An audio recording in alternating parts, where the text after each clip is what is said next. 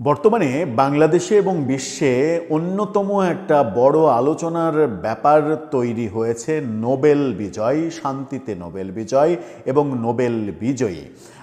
এই ব্যাপারটাকে আরও বেশি উস্কে দিয়েছেন গতকালকে মার্কিন প্রেসিডেন্ট ডোনাল্ড ট্রাম্প।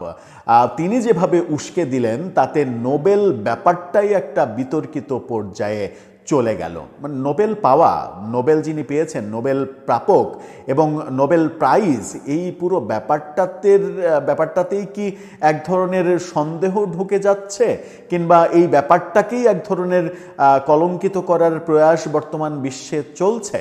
আমরা দেখছি যে ভেনেজুয়েলায় যে অ্যাটাকটা আমেরিকা করলো, সেখানে সেই কর্মকাণ্ডকে সমর্থন করলো। কদিন আগেই ভেনেজুয়েলার যিনি নোবেল প্রাইজ পেয়েছেন মাচাদো, তিনি ডোনাল্ড ট্রাম্পকে সমর্থন করলেন, এমনকি তার নোবেল ডোনাল্ড ট্রাম্পকে উৎসর্গ করলেন। আমরা দেখলাম ইরানে যখন বিক্ষোভ হচ্ছে তখন বিক্ষোভকারীদের পক্ষে ইরানের নোবেল বিজয়ী শিরিন তিনি অবস্থান গ্রহণ করছেন। বাংলাদেশে বিক্ষোভ হলো, সরকার পতন হলো, আমরা সরকারের দায়িত্ব দিলাম আমাদের নোবেলজয়ী প্রফেসর ইউনূসকে আমরা সবাই তো একজন ভালো মানুষ হিসেবে জানি। যখন প্রফেসর ইউনূসকে আমরা একজন ভালো মানুষ হিসেবে জানি, তখন বিশ্বের নোবেল এবং নোবেল প্রাপ্তদের মধ্য থেকে যে সকল বার্তা আসছে, সেই সকল বার্তাকে আবার অনেকে নেপালের সুশীলা কার্কি, অন্তর্বর্তীকালীন সরকারের প্রধানমন্ত্রী, তার সঙ্গে মেলানোর চেষ্টা করছেন যে ভাগ্যিস নেপালে একজন নোবেল বিজয়ী নেই। এরকমভাবে নানা লেখালেখি সামাজিক যোগাযোগ মাধ্যমে হচ্ছে। ডোনাল্ড ট্রাম্প এবার যেটা করেছেন সেটা হচ্ছে যে তিনি বলছেন, আমাকে যেহেতু নোবেল শান্তি পুরস্কার দেয়া হয়নি, সুতরাং আমি আর শান্তির কথা ভাববো না। মানে ব্যাপারটা কোন দিকে যাচ্ছে? ডোনাল্ড ট্রাম্প এতটা কি বলা যায় যে উগ্র অবস্থায় চলে গেছেন যে সরাসরি এই ধরনের মন্তব্য করছেন। তাও আবার এই খবরটা জার্মান গণমাধ্যম ডয়েচে ভেলে যখন দিচ্ছে, তখন ডোনাল্ড ট্রাম্পের সঙ্গে হাসি মাখা মুখে মাচাদোর ছবি দিয়েই তারা এই খবরটা বানাচ্ছে। চলুন একটু জেনে দেখি কি বলছেন ডোনাল্ড ট্রাম্প, আদতে কি ব্যাপার হলো। থাকবেন পলিটিক্স টিভির নিয়মিত দর্শক। বলছিলাম আমেরিকার প্রেসিডেন্ট ডোনাল্ড ট্রাম্পের কথা। তিনি যে মন্তব্য করেছেন সেই মন্তব্যটা ভয়াবহ মন্তব্য। জার্মান গণমাধ্যম ডয়েচে ভেলে সহ পৃথিবীর প্রায় সব গণমাধ্যমে এই খবরটা এসেছে। বিবিসি, রয়টার্স সহ সব গণমাধ্যমে এই খবর দিচ্ছে। ডয়েচে ভেলের শিরোনামটা দেখে নিন। সেখানে মাচাদোর সঙ্গে হাস্যোজ্জ্বল ছবি ব্যবহার করা হয়েছে।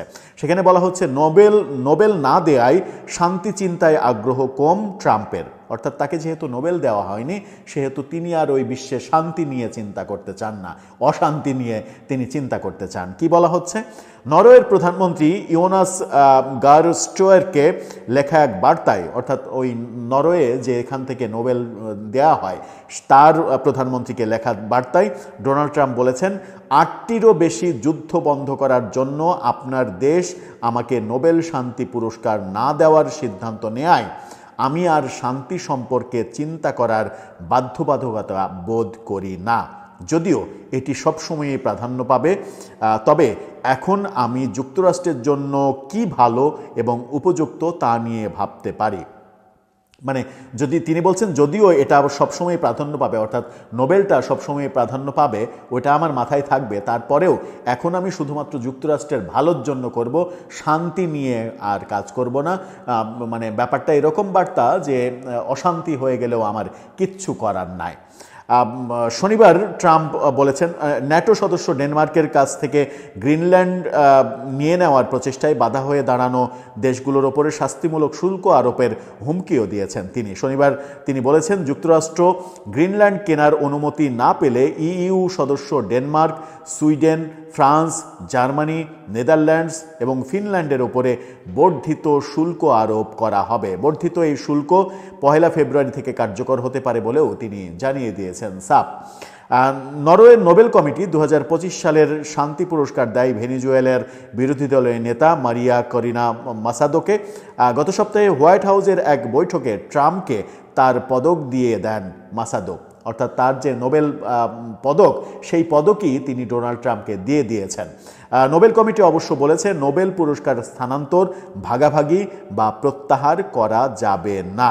অর্থাৎ নোবেল প্রাইজ স্থানান্তর করা যায় না, কাউকে দিয়ে দেওয়া যায় না, এটা ভাগাভাগি করা যায় না, তবুও মাসাদো করেছেন। কেন করেছেন?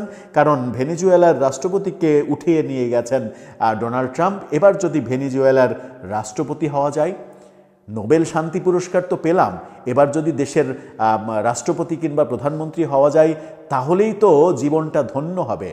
আসলেই কি একটা দেশের মানে নোবেল শান্তি পুরস্কার পাওয়ার চাইতে একটা দেশের প্রধানমন্ত্রী কিংবা রাষ্ট্রপতি কিংবা দেশের শাসন ক্ষমতা হাতে নেওয়া, সেটা মানে 5 বছরের জন্য হোক আর 5 মাসের জন্য হোক, সেই পাওয়ারটা হাতে নেওয়াই কি সবথেকে বড় নোবেল?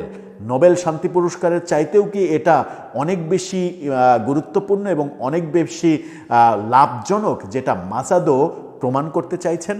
অন্যান্য দিকেও প্রমাণ খুঁজলেই আমরা পেয়ে যাব। দর্শক, আপনার কি মনে হয় নোবেলের চাইতেও একটা দেশের প্রধান হওয়া সেটা কি অনেক বেশি সম্মানজনক? আপনার মতামত জানিয়ে লিখতে পারেন আমাদের কমেন্ট বক্সে।